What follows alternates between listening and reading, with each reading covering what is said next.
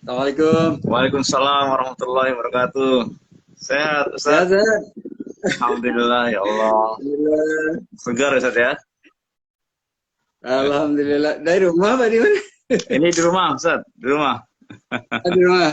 Iya, Oh, WFH ya? iya, iya. Biasa kita udah setahunan nih, WFA. Kita mulai, Ustaz ya? Alhamdulillah, ya, ya. Ya, Ya, baik. siap, siap. Assalamualaikum warahmatullahi wabarakatuh. Selamat sore, sahabat Pasar Modal Syariah semuanya. Ketemu lagi dengan saya, Muhammad Musa, atau dikenal dengan Ustadz M2 nih. Ustadz M2. Gak Ya, denger akan tadi apa menemani. tuh? Ya, Gak denger tuh panggilan namanya. M2. Ustadz M2. Wis.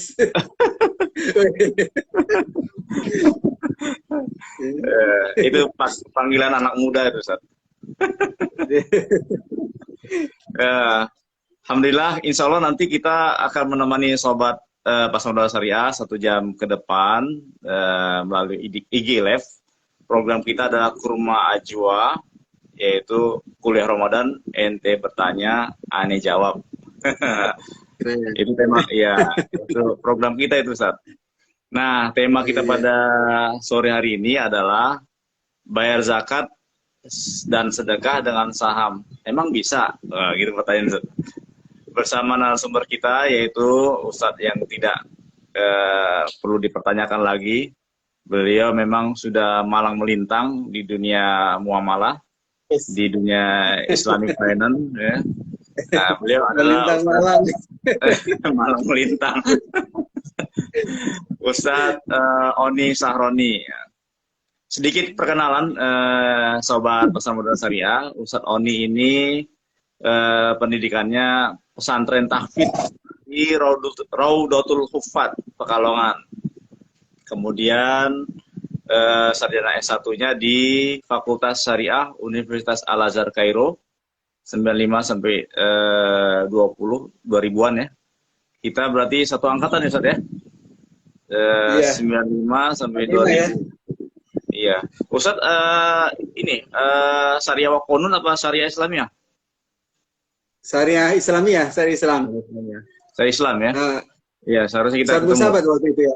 Syariah Islam juga. Usuluddin ya? Alhamdulillah. Oh, Syariah Syariah. Islam, ya. Ya, syariah. Syariah. Waktu itu sama Ustaz Bagus Teguh juga Oh, berangkatnya. iya. Cuman Betul. beliau kan dari Ustaz Hmm, Islamiyah ya. Iya. betul. Kemudian Ustadz Oni lanjut, memang gilo belajarnya lebih kuat Ustadz Oni nih sampai S2, S3 di Al Azhar. Kalau aneh mah cuma S1 doang, habis itu pulang. Wes, gila. Kagak kuat, otaknya kagak kuat. Baik, Ustadz Oni, ini kita bincang-bincang tentang apa namanya pasar modal syariah. Tapi mungkin alangkah baiknya Ustadz Oni bisa sapa dulu para sobat pasar modal syariah. Eh, Silakan Ustaz, sapa Ya, dulu mungkin. Assalamualaikum warahmatullahi wabarakatuh. Waalaikumsalam warahmatullahi wabarakatuh. Gimana kabarnya nih, sobat pasar modal syariah? Mudah-mudahan semuanya sehat, walafiat di tengah pandemi. Walaupun Alhamdulillah. lagi pada siap nyiapin bukber, mudah-mudahan ini acara yang disiapkan oleh pasar Ya. modal, oleh rekan dan guru saya, Ustadz Musa, mudah-mudahan bermanfaat buat teman-teman semuanya. Amin, amin, amin, amin. Insyaallah Ustaz ya. Ini momentumnya baik sekali nih Ustaz ya. Ustaz Oni, ini bincang-bincang mengenai zakat ini Ustaz Oni. Zakat itu Ya, kalau zakat fitrah kan udah jelas ya Ustaz ya. Zakat fitrah ya, itu ya kan terkait dengan eh, apa membersihkan jiwa ya. Kita memberikan betul. makanan gitu ya. Nah, Hmm. kalau terkait dengan zakat mal, ini seperti apa nih Ustaz? Mungkin bisa kasih gambaran kita secara umum seperti apa Ustaz zakat mal itu Ustaz? Ya, jadi sebagai mukadimah mungkin ya. Ya. Jadi zakat atau zakat mal. Zakat atau zakat mal itu sifatnya wajib ya, harus ditunaikan oleh mereka wajib zakat.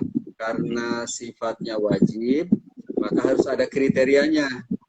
Jadi mereka seorang muslim, yang kedua mereka punya pendapatan atau aset yang memenuhi ambang batas minimum zakat. Kan kalau pedagang, investor itu net keuntungannya senilai 85 gram emas. Ya, yang ketiga, aset atau pendapatannya halal. Barulah dia masuk dalam kategori kriteria wajib zakat. Nah, kalau memenuhinya, maka ditunaikan. Kalau untuk investasi, perdagangan, profesi itu 2,5%.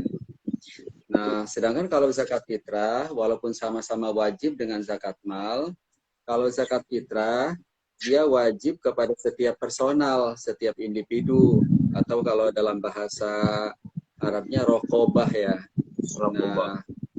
Nah, syaratnya juga tidak terlalu seketat zakat mal, karena kalau zakat fitrah itu, pokoknya mereka yang punya makan di dapur sehari semalam, pokoknya wajib menunaikan zakat fitrah.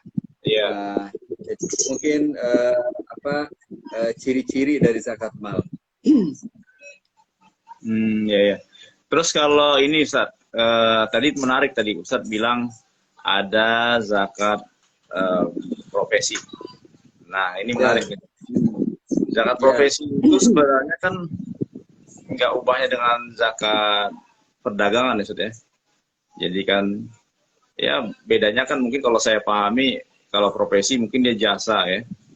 Jasa dia sebagai dokter, sebagai seorang insinyur, atau sebagai konsultan gitu ya. Nah, kalau yang tijarah atau bisnis itu kan dia ya pedagang gitu ya. Dia mengeluarkan 2,5% gitu. Nah, tapi ada satu sumber yang pernah saya baca, yaitu dari Syekh Yusuf Qaradawi. Itu kan kalau zakat profesi itu disandarkan pada ziro'ah. Betul. Ziro'ah itu berarti kan pertanian ya, Ustaz ya. 5% 5% itu irigasi, 10% itu tanda hujan. Gitu ya, Ustaz ya. Iya. Nah, iya, betul. Nah, ini seperti apa Ustaz? Kok ada perbedaan yang cukup signifikan, Ustaz ya? Dalam implementasi seperti apa, Ustaz? Ya, jadi pertama zakat profesi itu kan terkait dengan seorang profesional. Siapa mereka? Siapa profesional yang dimaksud? Siapa profesional yang menjadi objek wajib zakat? Yaitu mereka selain petani, selain pedagang, selain peternak, selain petambang. Karena kalau petambang kan ada lain ya, ada bahasanya. Peternak juga lain, petani juga lain. Jadi selain keempat itu, baik dengan gaji atau salari rutin seperti ASN, Polri, tentara, dan lainnya, atau yang tidak bergaji rutin kayak ojol, selebgram, ya, pemain sepak bola, karyawan, guru, akuntan, advokat. Nah, itu contoh-contoh dari profesional wajib zakat. Nah, apakah mereka wajib zakat? Wajib. Nah, tinggal berapa dan kapan, ini yang menjadi perbedaan pendapat.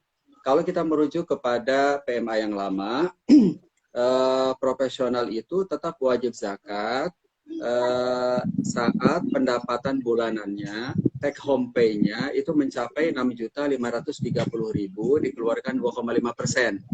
Pokoknya bulanan, kapan nerima, ini kayak sekarang nih tanggal 25 kemarin ya, gajian.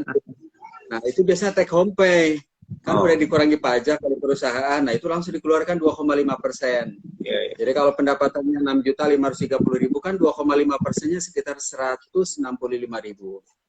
Nah, itu yang pertama, bulanan 6.530.000, 2,5%. Ada sebagian mengatakan tahunan, yang mengikuti zakat emas dan perak atau perdagangan. Nah, yang ketiga, nah, kenapa pilihan tadi mazhab yang pertama itu bulanan, mengikuti pertanian, tapi kok 2,5%? Karena itu merujuk kepada kaidah anfa lil fuqara wa aslah lil agniya. Jadi pilihan itu lebih bermanfaat buat du'afa, tapi tidak memberatkan hartawan. Jadi karena kalau 5% itu lumayan kena banget, apalagi kalau salarinya di atas ratusan juta gitu. kenapa dipilih pertanian nisabnya? Supaya meningkatkan penghimpunan zakat. Karena kalau 6.530.000 itu para karyawan bisa melakukannya. Karena rata-rata gaji mereka itu mungkin 6.530.000. Nah itu sehingga karena kalau 5% itu terlalu berat.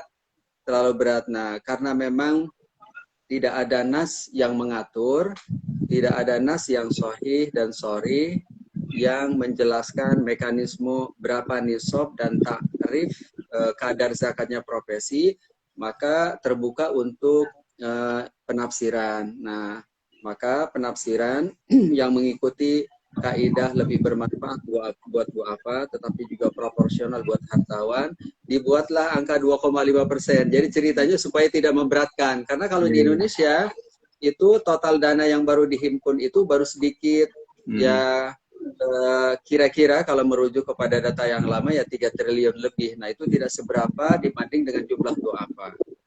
Demikian, Ustaz. Menarik ini. Tuh, sahabat Pasar Modal Syariah. Ini kita harus paham ini mengenai zakat, karena memang zakat itu adalah suatu yang wajib yang memang harus kita keluarkan. Tidak serta-merta hanya zakat fitrah, tapi juga harus zakat mal. Nah ini menarik tadi apa yang disampaikan oleh Ustadz Oni, bahwasanya ada sesuatu yang harus kita keluarkan dari apa yang kita dapatkan, gitu ya Ustadz ya? Ya nah, betul kan. Kalau gini Ustadz, kita kan pegawai itu kan ya apakah pegawai negeri atau pegawai swasta gitu ya, itu kan ada namanya zakat ada namanya gaji pokok, ya kan? Gaji pokok, bonus, ya kan? Bonus itu bisa sampai berapa kali gitu ya. Ada juga istilahnya jasprot kalau di perusahaan swasta, jasa produksi, didapat itu kan. Kemudian ada lagi THR, ya kan? THR, ada lagi tunjangan rumah, tunjangan kendaraan dan lain-lainnya. Nah, ini berarti kan nggak bisa sendiri-sendiri berarti kan Ustadz ya? Berarti dia harus diakumulasikan terlebih dulu, baru dikeluarkan, atau bagaimana Ustadz? Mohon penjelasannya. Betul.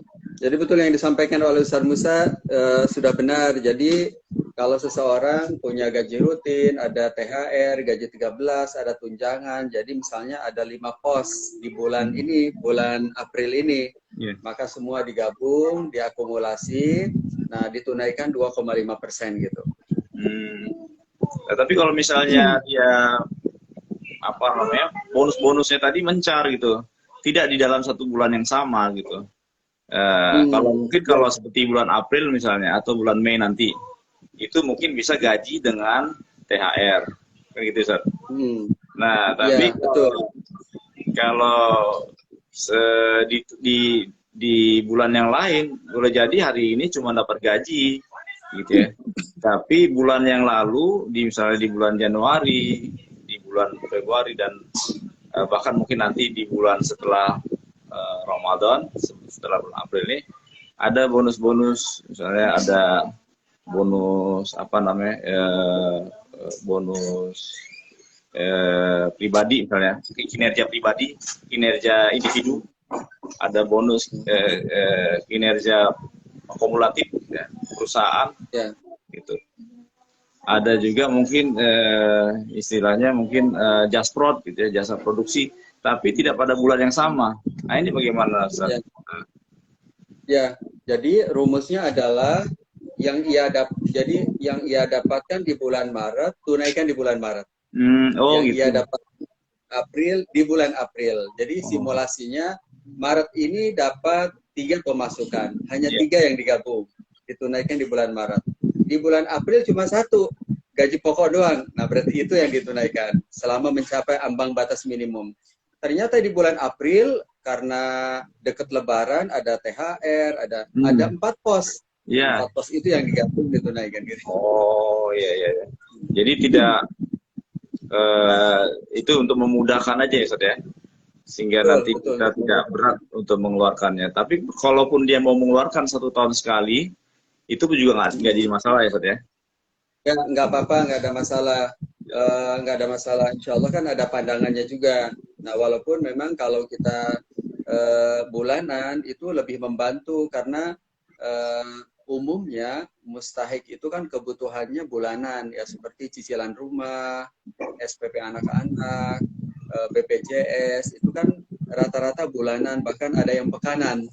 Jadi Oh iya, pada saat orang itu lebih lebih membantu saja gitu. iya, iya. Kayak orang gagal ginjal kan rata-rata sebulan sepekan 2 kali ya, Iya, iya, iya. Betul. sepekan kali. Iya. Terus gini Ustaz, zakat itu kan berarti kan kadarnya itu kan ukurannya berarti 85 gram emas. Gitu Ustaz ya. Nisab ya. Ya, 85 gram ya, emas.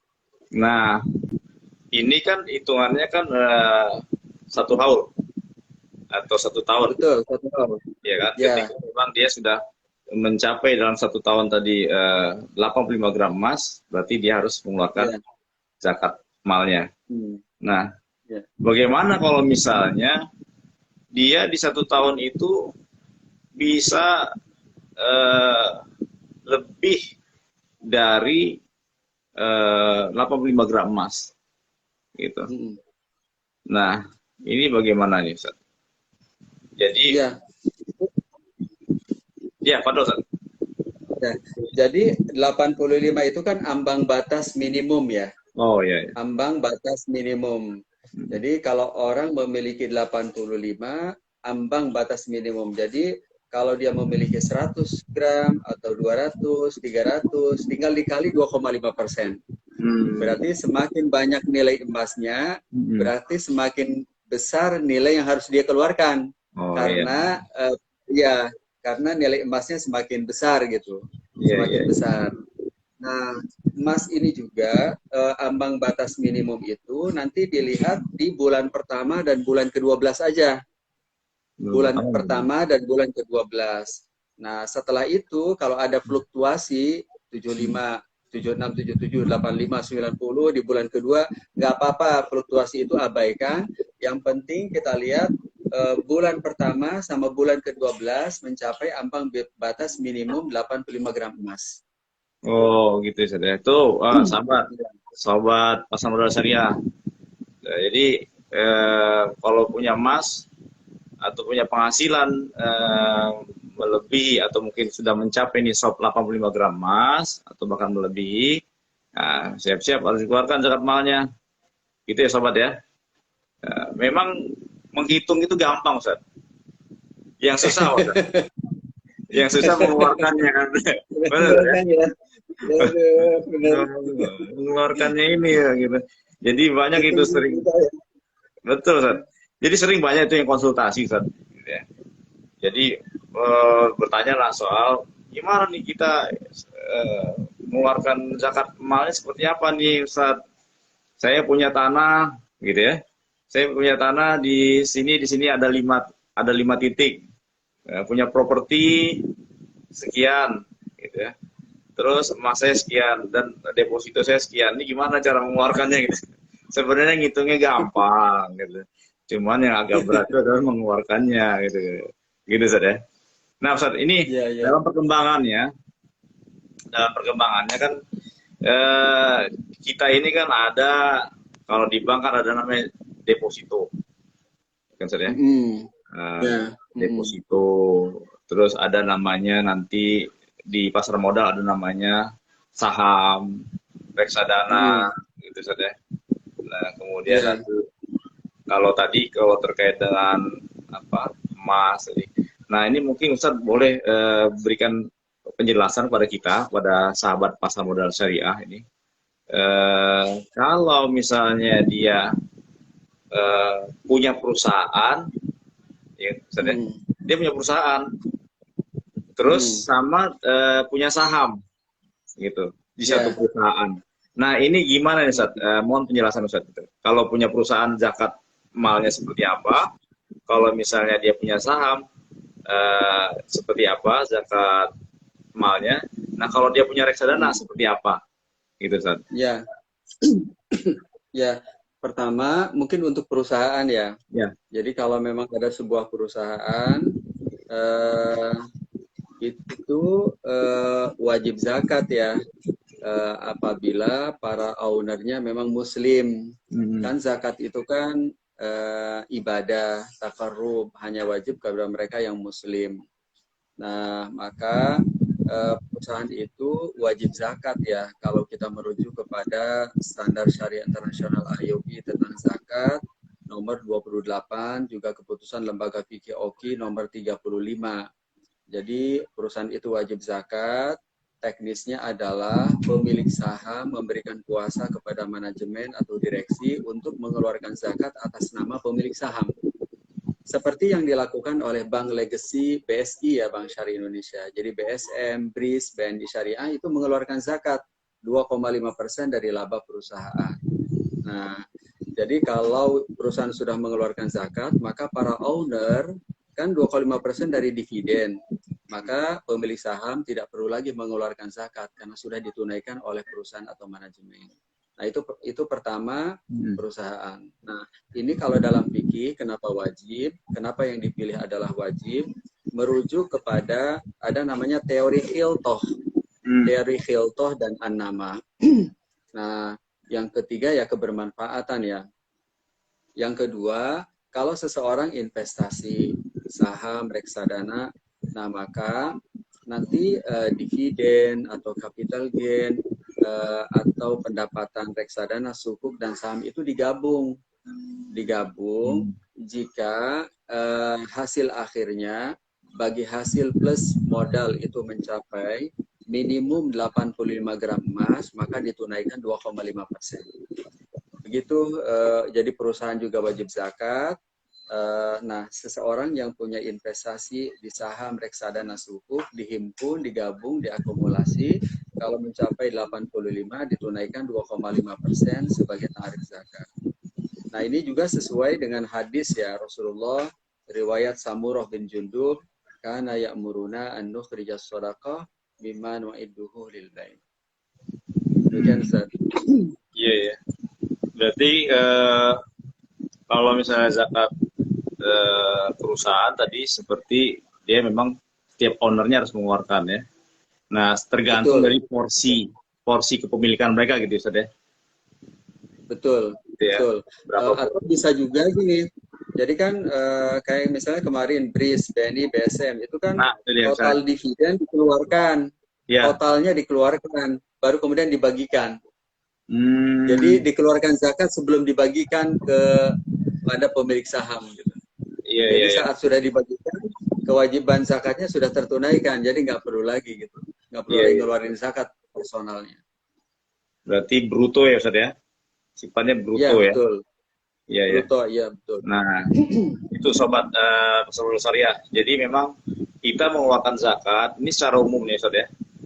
Kita mengeluarkan zakat itu memang harus bruto ya Ustaz ya berarti ya. Jadi sebelum Betul. kita mengeluarkan segala teteh bengek atau bahasa saya mohon maaf nih Ustaz, teteh bengek ya. Kebutuhan ya. Nah, Ya. ada ini Ustaz, mereka berpendapat begini Ustaz. Wah, saya ini kayaknya nggak wajib zakat karena memang uang saya sudah habis duluan untuk cicilan ini, cicilan itu, bayar ini, bayar itu habis.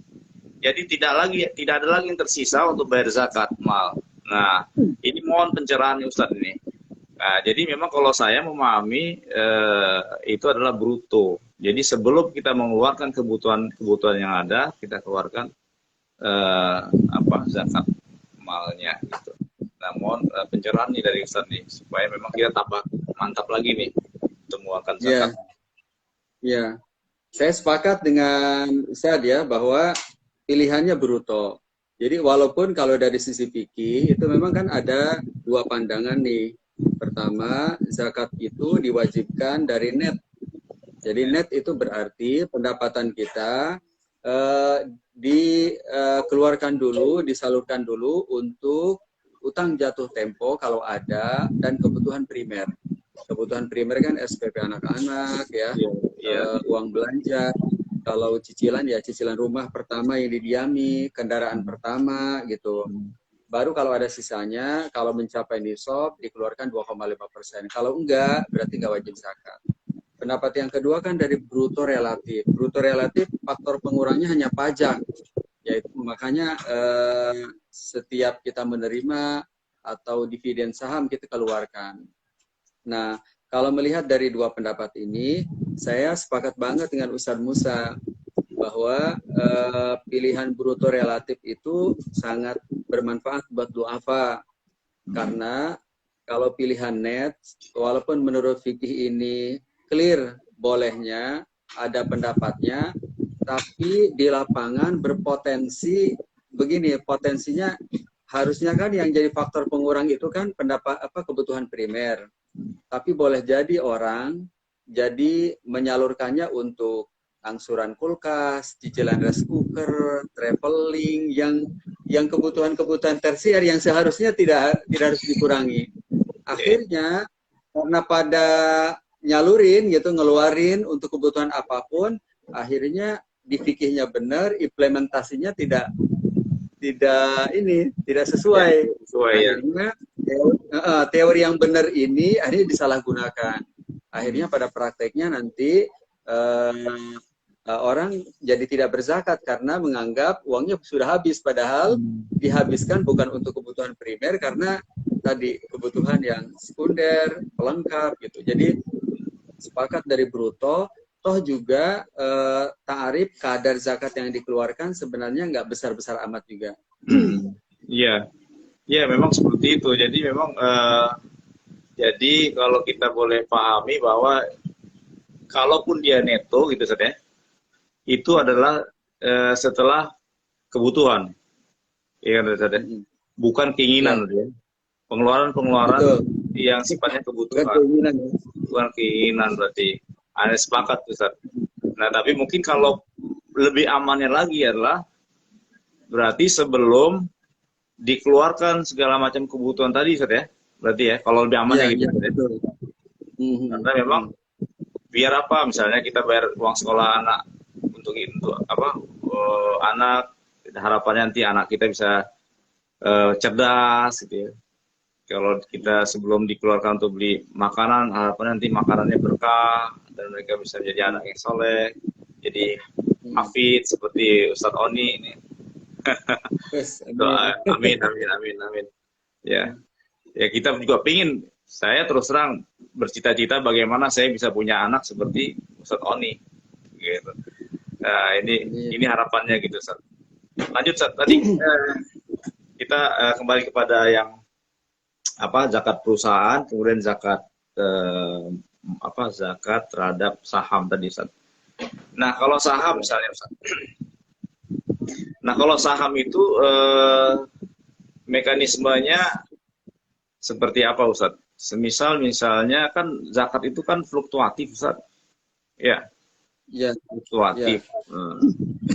Nah, terkadang memang dia naik gitu ya. Sekarang dia turun seiring dengan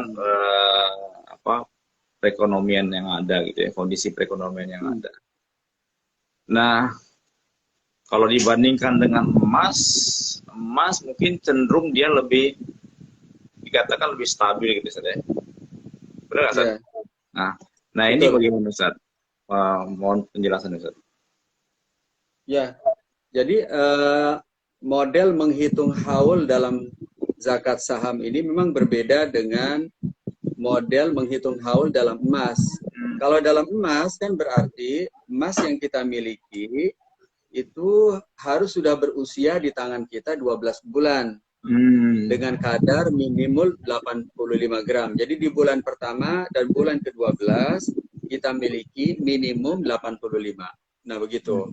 Tapi kalau di zakat perdagangan nggak begitu.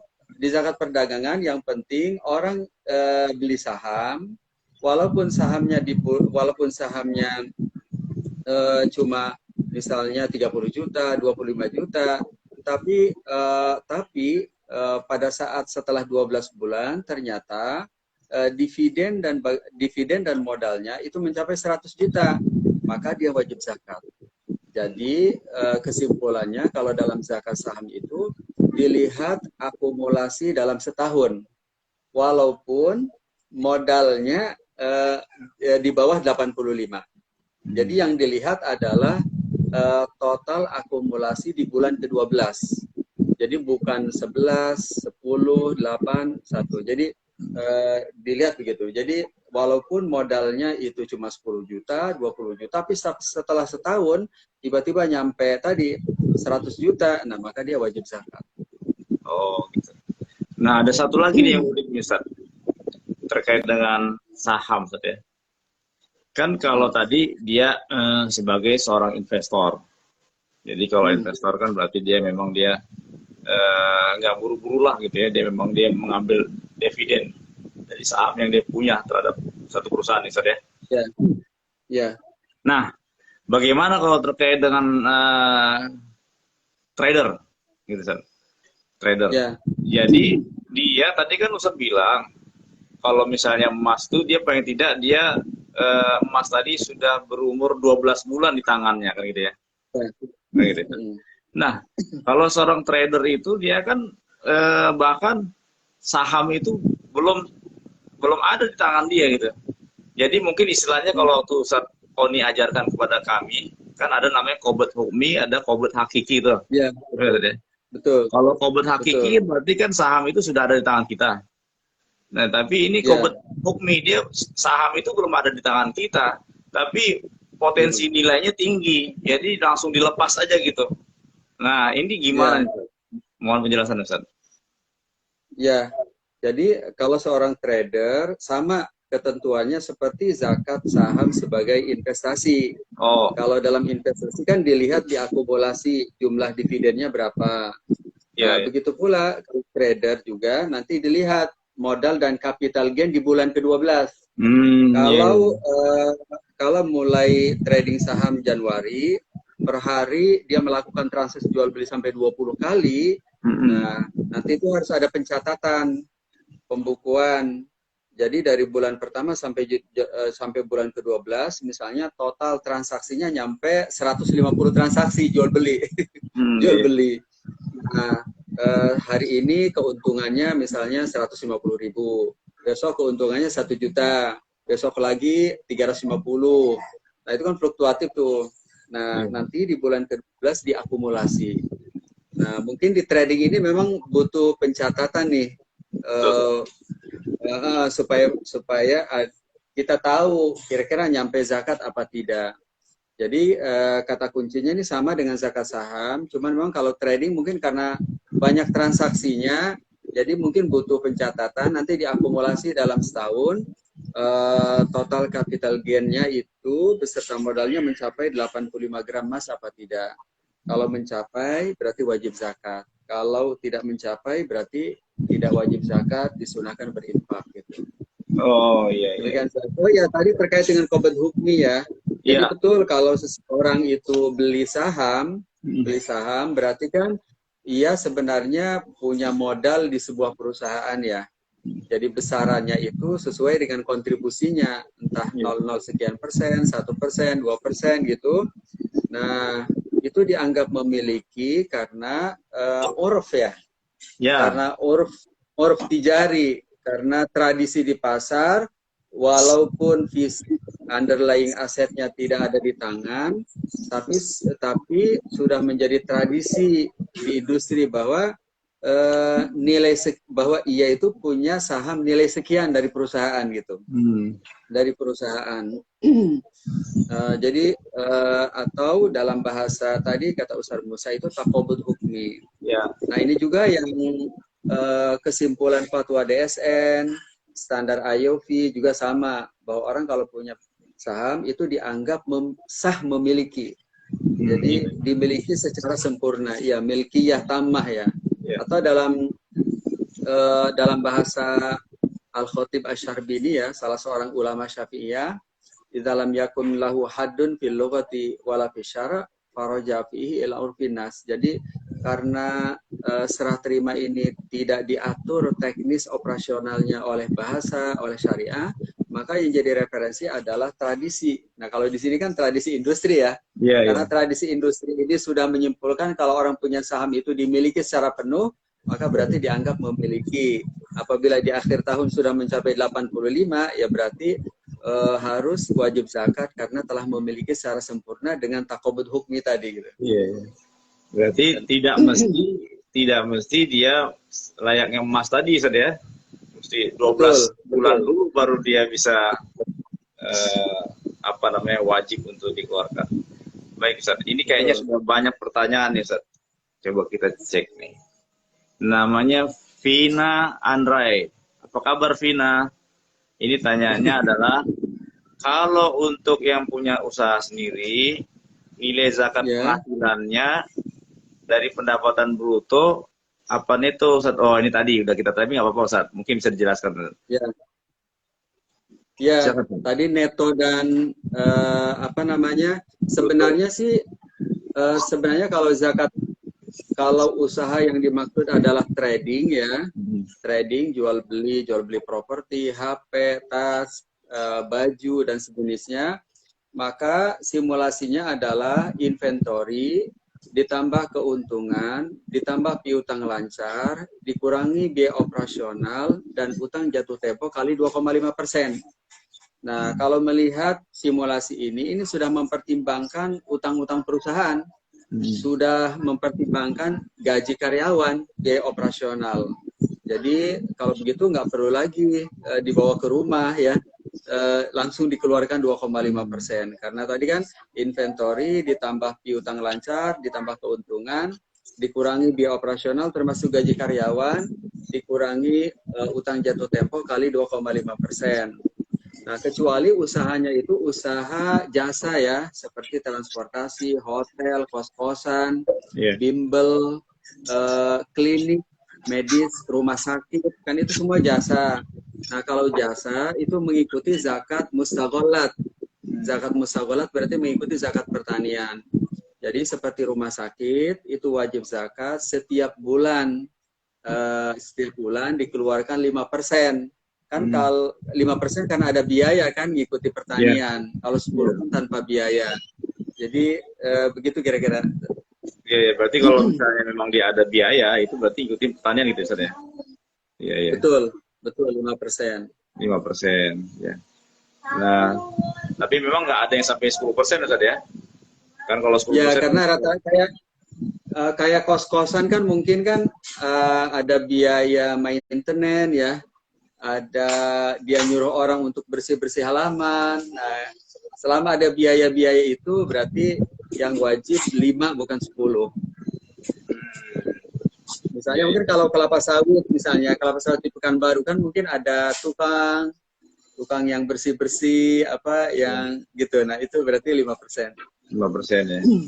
Jadi memang ini memang kita dengan kondisi yang sekarang ini memang kita mainnya di 5% aja Ustaz ya. Untuk terkait dengan Iya, kalau kita iya, mengandalkan betul. pada zero A ya Ustaz ya. Karena kalau Betul, misalnya betul. mengandalkan apa tada hujan memang sekarang memang hujan tuh nggak menentu Ustaz ya. Benar nggak Ustaz ya? Iya, iya. Betul, betul.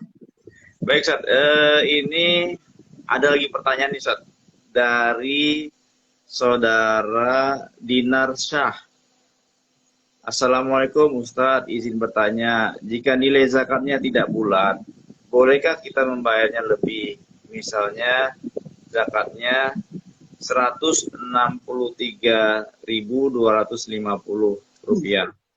Kita bayarkan 163.500 agar memudahkan bagaimana Ustadz. Wah, luar biasa ini. Wah, Luar biasa. Bulannya kalau perlu 170 atau bahkan 200 Ustaz ya. iya, iya, betul, 270. betul, betul. Padahal Ustaz, mungkin ada tambahan Ustaz Ya, mungkin jawabannya seperti apa Ustaz? ya, betul. Kata Ustadz Musa tadi boleh banget ya. Boleh banget karena yang dimaksud dengan 2,5 itu wajib ya, ambang batas minimum. Jadi kalau mau 2,7, apa 3, 4 Hmm. itu boleh banget justru itu menunaikan keutamaan afdoliyah. Nah, Ya, sebagaimana juga dilakukan ya oleh para sahabat yang menjadi teladan dalam bab ini ya. ya, Mereka kan berinfak, berzakat setengah harta terbaiknya, seluruh harta terbaiknya. Itu yang dilakukan oleh Utsman dan Abu Bakar ya. ya. Jadi jauh berkali-kali lipat dari 2,5%. Jadi kesimpulannya boleh banget ya. Boleh banget ya. Ustaz, ini kalau kita kembali tadi pada zakat saham, Ustaz. Zakat saham itu kan mungkin memang sesuatu yang memang sekarang lagi tren. Nih, orang anak-anak muda sekarang ini eh, bangga deh kalau sekarang dia punya saham. Jadi sampai-sampai ada yang bikin apa namanya tagline seperti ini, Ustaz. Kunikahkan engkau dengan saham syariah gitu. Keren tuh, Ustaz ya. Eh, Kunikahkan engkau dengan saham syariah. Nah, ini pertanyaannya, Ustaz. Pertanyaan Ustaz. Kalau misalnya tadi kan kata Ustaz kalau misalnya memang dia belum sampai nilainya belum sampai 85 gram emas, ya kan? Nisabnya belum sampai 85 gram emas, itu berarti belum berarti belum wajib dia mengeluarkan gitu saja. Ya, Belum wajib ya. betul, Nah, betul. tapi nah, jadi kalau misalnya tadi kita kita kaitkan dengan apa zakat profesi tadi yang dia dikeluarkan setiap bulan gitu saja. Nah, semisal Ya, memang dia dalam bulan itu memang belum mencapai 85 gram emas gitu ya. Nilai dari yang dia miliki tadi itu bagaimana, Ustaz? Pada Ustaz. ya. Jadi kalau saham ini kan memang yang kita lihat momentumnya ini kan bulan ke-12 aja ya. Iya, iya. Jadi investasi berapapun, mau 1 juta, mau 2 juta, akan masuk ke Argo. Argonya bulan pertama jalan nih. Argo, Kalau iya. emas kan harus 85 dulu di bulan Iya, pertama. iya. Iya. Kalau saham juga, mau 1 juta, jalan Argo. Nanti di bulan ke-12, totalnya berapa nih? Kalau totalnya 85 gram emas, wajib zakat. Nggak nyampe, itu nggak wajib zakat. Nah, tetapi hitungan 2,5% tadi, itu berlaku untuk saham syariah ya. Kalau untuk saham konven, ini bukan 2,5% lagi, 100% yang harus didonasikan. Jadi simulasinya misalnya seorang invest punya saham. Jadi nanti total saham beserta dividennya misalnya 150 juta dengan komposisi dividen 20 juta. Nah, maka 2,5%-nya yang dizakatkan. Tapi kalau sahamnya saham konven, keuntungannya 20 juta, maka 20 juta semuanya itu jadi dana non halal disalurkan kepada duafa. Oh, Jadi iya, iya. 100%. Ya, 100% jadi ya. dikeluarkan dana non halalnya. Hmm. Dikeluarkan dana non halalnya. Jadi seluruh dana non halal di saham non syariah itu jadi dana non halal. Iya. Jadi tafrik minal haram. Tafrik ya. Tafrik ya, Ustaz ya. Iya, iya, Ya. betul. Jadi memisahkan dana yang haram tadi, Ustaz ya. Nah, memang kan Ya, ya. umumnya di kita memang tidak semua kita punya saham di saham syariah gitu. Karena memang umumnya kita kan ada yang mungkin dia punya saham dilihat dari ini perusahaan yang menguntungkan. Mungkin dia belum tahu ada daftar efek syariah gitu ya. Karena memang nah, tapi dilihat ini sahamnya nilainya itu signifikan sekali untuk dividennya. Ya, seperti misalnya ada saham perusahaan rokok, gitu ya. Ada Betul, saham betul. perusahaan perhotelan. Mungkin kalau sekarang mungkin perusahaan perhotelan mungkin lagi down ya, ya, karena memang. Tapi kalau yang stabil itu saham rokok itu, Ustaz. Nah, berarti tadi gimana? Gimana kita mau mentafriknya itu, Ustaz, kalau misalnya seperti itu? Iya, iya. Iya. Betul.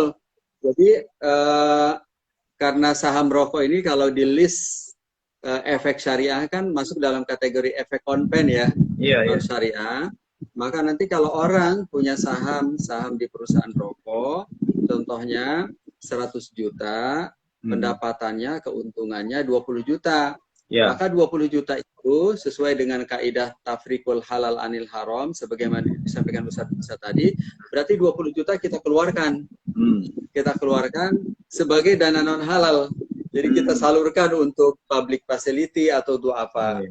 Kalau sahamnya syariah kan disatukan, 2,5% disalurkan sebagai zakat. Tapi kalau saham non syariah, seluruh dividen dikeluarin.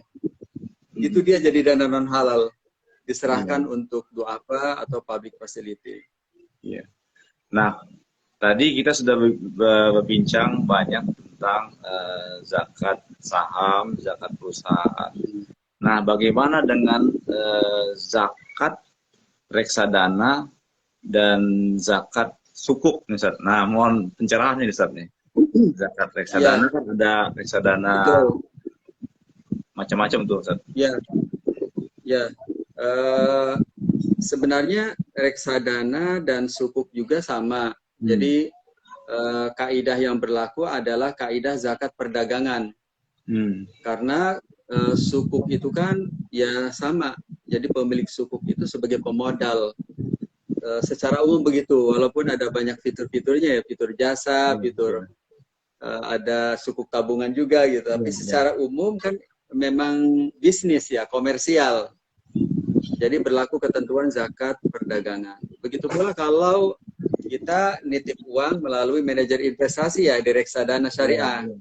Kan biasanya pilihan yang ada di depan manajer investasi itu, dana-dana titipan itu ya pilihannya kalau nggak di deposito bank syariah, sama juga komersial. Atau pilihannya di sukuk atau di saham syariah. Berarti sama juga nih.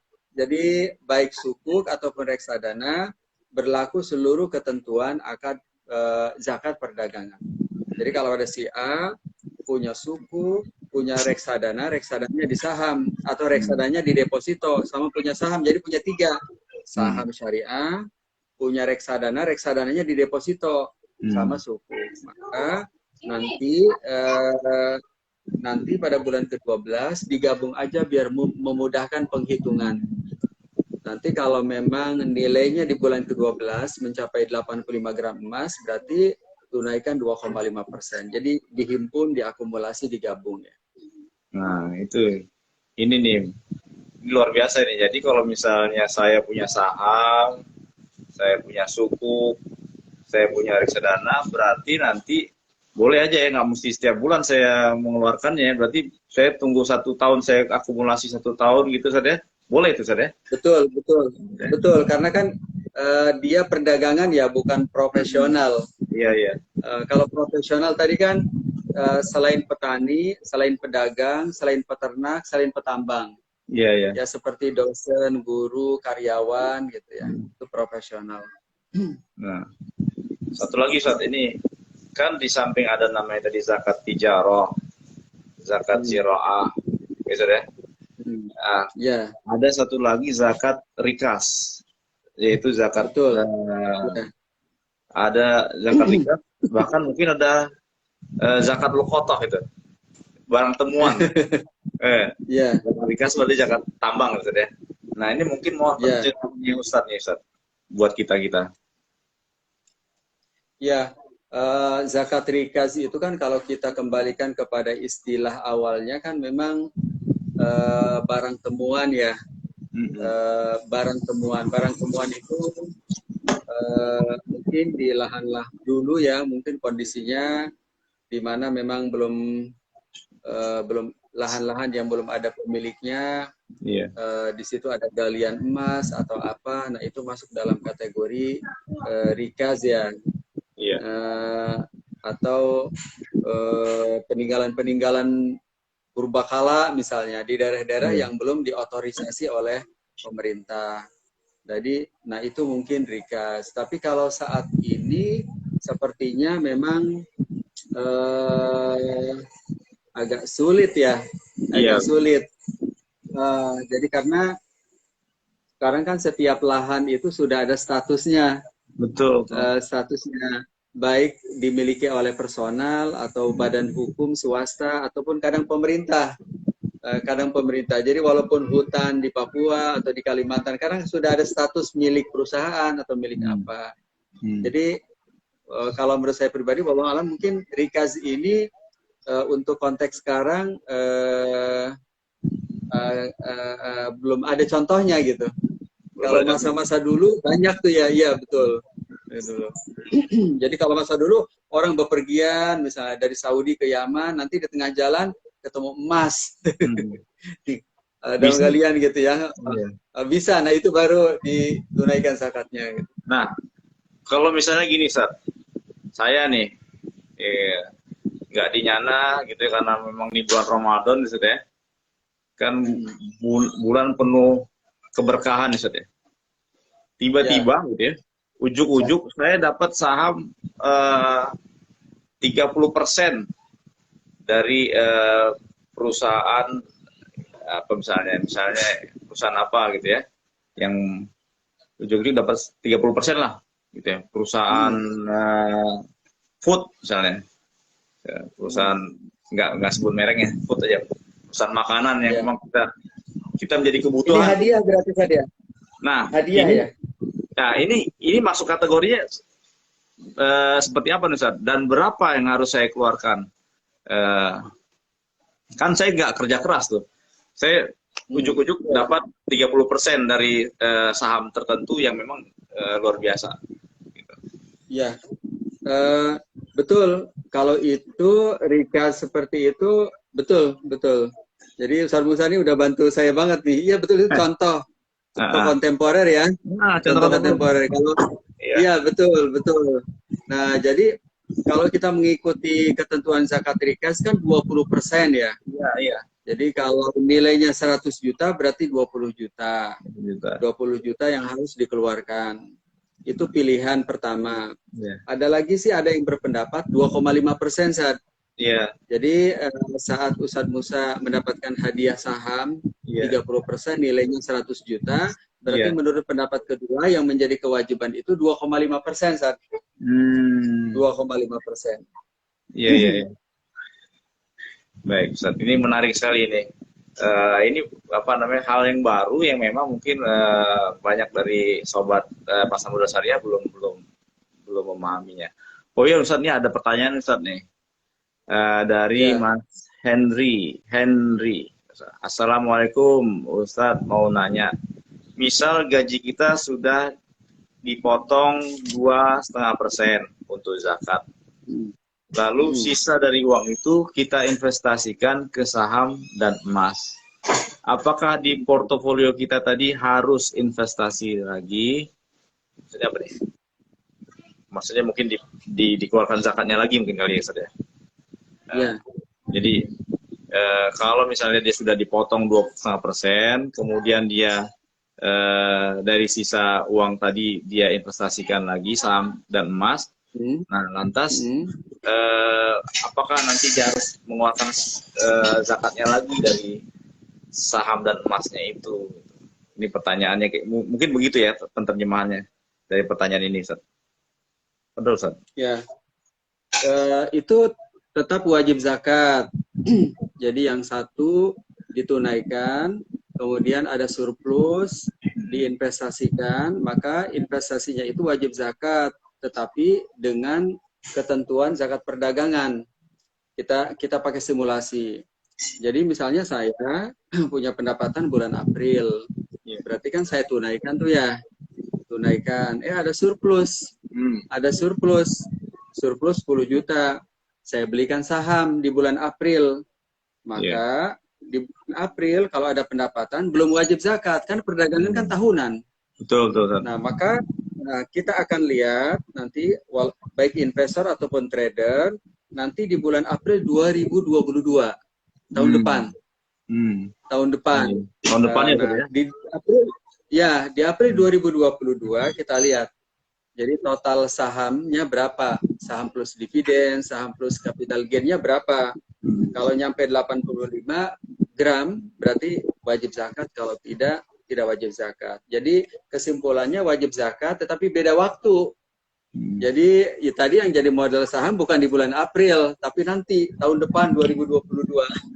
Nah itu Maret ya. Nah itu yang harus kita pahami itu.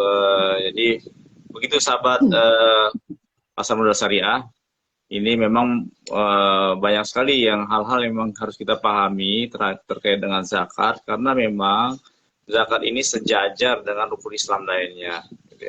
Ya, sholat, puasa, haji gitu.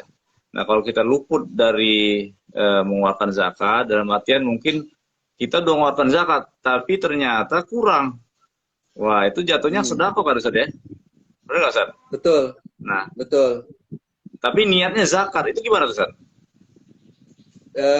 Berarti sebenarnya dia belum Belum mengeluarkan zakat ya belum Ustaz ya? berzakat. Jadi Hmm. misalnya 2,5% dari hasil bisnisnya seharusnya senilai 25 juta, Hmm. tetapi yang dikeluarkan 10 juta. Nah, itu dia. Maka ia masih punya utang Nah, buat duafa. Jadi kalau oh, yang 15 juta itu masih ada di dompetnya, hmm. maka yang ada di dompetnya itu milik orang-orang miskin. Iya, iya, iya. Jadi mau kemana-mana ya. Berarti misalnya dia baru tahu dia nih, wah ternyata gue masih ada utang sekian berapa tadi Ustaz? Ya. Masih ada Nah, utang lagi. Nah ini hmm, udah kalau gitu aneh keluarkan di periode berikutnya, diakumulasi periode ya, berikutnya. Berarti kalau ya. begitu bisa nggak yang tahun ini tetap di apa namanya dikategorikan Hmm, sebagai zakat hmm. dan nanti karena dia nanti akan dibayarkan pada periode berikutnya. Jadi tidak jatuhnya tidak Betul. sedekah. Bisa nggak Ustaz? Bisa. Jadi misalnya 2021 Hmm. total kewajiban zakatnya 25 juta. Yang Iya, baru dikeluarkan 10. iya, Berarti 2021 menyisakan utang 15 kan? iya. Nah, kalau memang tidak bisa dikeluarkan sekarang Hmm. misalnya karena uangnya udah habis, Iya. berarti menjadi utang yang diakumulasi digabung dengan kewajiban zakat di tahun berikutnya. Jadi Hmm. yang 15 ini dibayarkan plus nanti kewajiban zakat 2022 gitu. Iya, iya, iya. Alhamdulillah nih kita sudah mendapatkan banyak pencerahan dari Ustadz Oni terkait zakat. Jadi yang jelas teman-teman, sobat pasar modal syariah, ayo jangan ragu-ragu lagi, keluarkan zakat yang ada ya, apa yang menjadi kewajiban kita. Jangan cuma bayar zakat fitrah, tapi zakat mal. Sobat-sobat ini kan luar biasa. Ada yang punya reksadana, ada yang punya saham. Kan Hmm. rata-rata anak muda itu punya saham di SOTS, di Sahabat Iya, Pasar betul. Syariah. Iya, Ustaz. SOTS itu. Ada reksadana syariah gitu kan. Bahkan punya sukuk, punya deposito. Ayo, dihitung semuanya, dikeluarkan. Nanti kalau pusing-pusing hitung-hitungnya, ya kan, tinggal datang ke Ustadz Oni gitu ya, mohon bantu dihitung gitu ya. Kalau masih susah juga mengeluarkannya, nah itu artinya bukan menghitungnya yang susah, tapi mengeluarkannya yang susah. Jadi jadi kalau masih susah juga berarti bukan menghitung yang saya. Oh iya, bukan menghitung. Ya, ya. Baik Ustaz, coba Ustaz mungkin apa nih kesimpulan dari diskusi kita Ustaz, mohon dijelaskan Ustaz. Ini kayaknya ada pertanyaan Ya. lagi, tapi nggak apa-apa ada satu lagi sebelum Ustaz closing statement Ustaz. Eh, Hmm. oh ini tadi udah kayaknya. Oh udah. Oh udah Ustaz, udah. Nah, monggo Ustaz. Mohon kami diberikan nasihat dan pencerahan Ustaz terkait zakat ini Ustaz. Ya. Waduh. Ini alhamdulillah juga saya terima kasih juga kepada Ustadz Musa sudah bisa memberikan apa namanya zakat dalam konteks saham. Jadi seperti apa seluk-beluk ya operasional, teknis saham itu alhamdulillah jadi pencerahan buat saya, buat kita semuanya. Nah, mudah-mudahan ini forum ini jadi mencerahkan saya, kita semuanya ya, tentang selain kita memang harus punya investasi ya, punya investasi, karena investasi itu kan memang tuntunan ya. Ya. Uh, Sebagaimana hadis Rasulullah, atau sebagian mengatakan asar ya, yang mengatakan rahimallahu